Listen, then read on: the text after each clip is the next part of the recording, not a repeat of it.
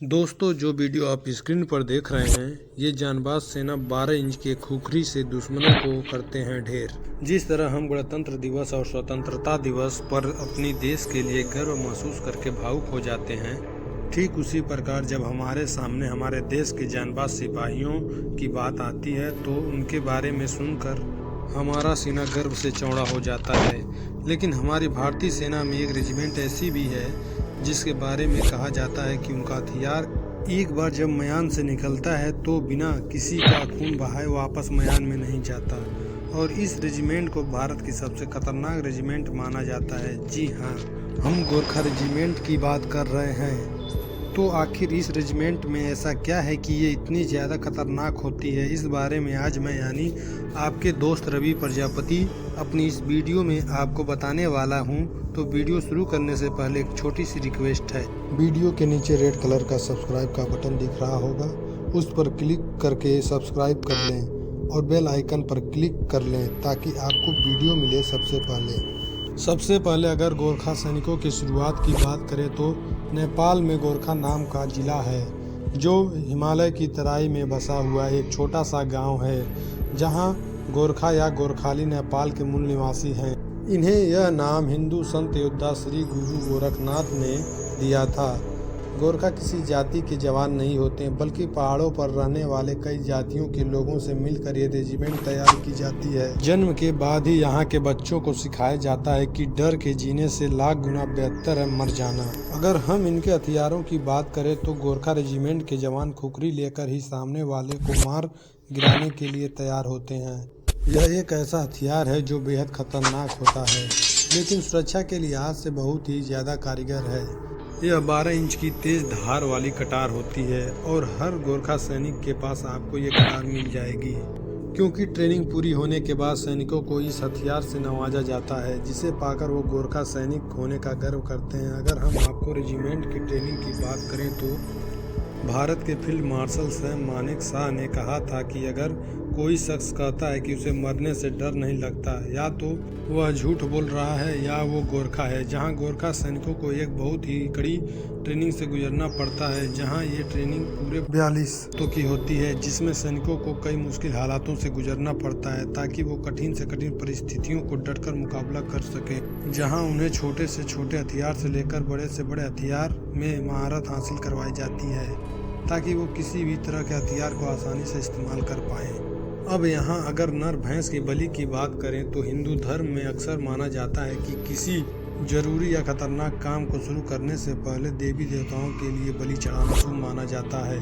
ऐसे में अगर हम प्राचीन युद्ध के बारे में जानें तो वहाँ पर हरि युद्ध से पहले बलि को शुभ माना जाता है। ठीक उसी तरह गोरखा रेजिमेंट अभी भी इस रिवाज का पालन करती है तथा दशहरा के त्यौहार के समय नर भैंस की बलि दी जाती है।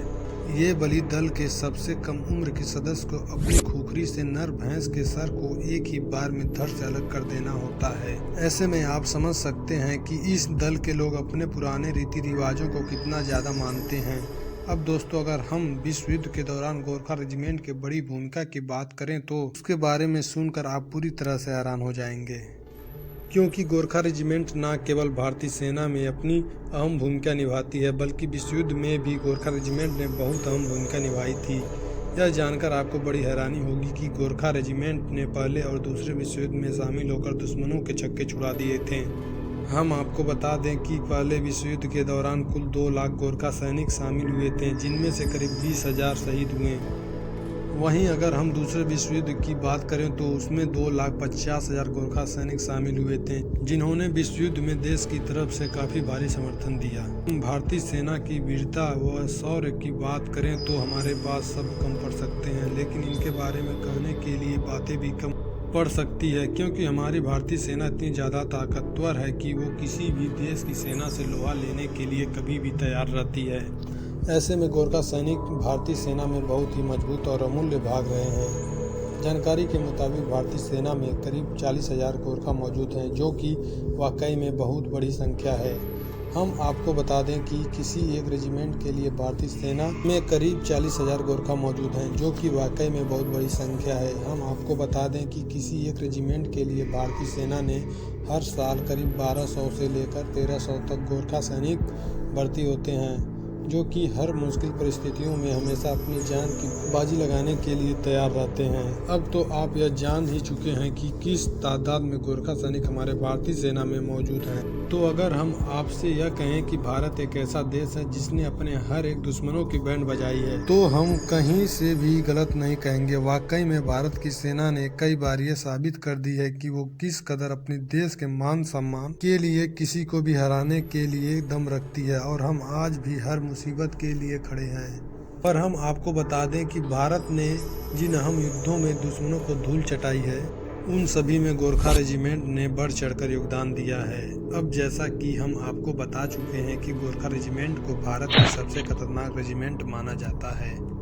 ऐसे में दुश्मनों को सबसे खतरनाक और दर्दनाक मौत भी गोरखा सैनिक द्वारा दी जाती है, जहां इनके बारे में ऐसा कहा जाता है कि अगर उन्होंने एक बार अपनी खुखरी म्यान से बाहर निकाल लिया तो बिना खून का कतरा बहाए वो खुखरी को वापस म्यान में नहीं रखते हैं। ऐसे में अगर इस खुखरी से दुश्मनों का खून नहीं लगा है तो उसके मालिक को अपना खून बहाकर उसमें लगाना होता है, तभी जाकर उसे म्यान में डालने की इजाज़त दी जाती है। ये गोरखा सैनिक इतने ज़्यादा ईमानदार होते हैं कि जब वो किसी का खून नहीं बहाते तो वो अपना ही खून बहाकर अपने खुखरी को सलामी देते हैं। यानी कि आप यह कहते हैं कि गोरखा सैनिकों की खुखरी वाकई खून की प्यासी होती है। शायद आपको यह नहीं मालूम होगा। पाकिस्तान के खिलाफ 1965 और 1971 की जंग में भी गोरखा राइफल के जवानों की अहम भूमिका रही थी। संयुक्त राष्ट्र के शांति अभियानों में भी इसकी महत्वपूर्ण भूमिका रही है। गोरखा रेजिमेंट को परमवीर चक्र, महावीर चक्र जैसे तमाम शौर्य सम्मानों से नवाजा जा चुका है। तो दोस्तों, आज की वीडियो में बस इतना ही।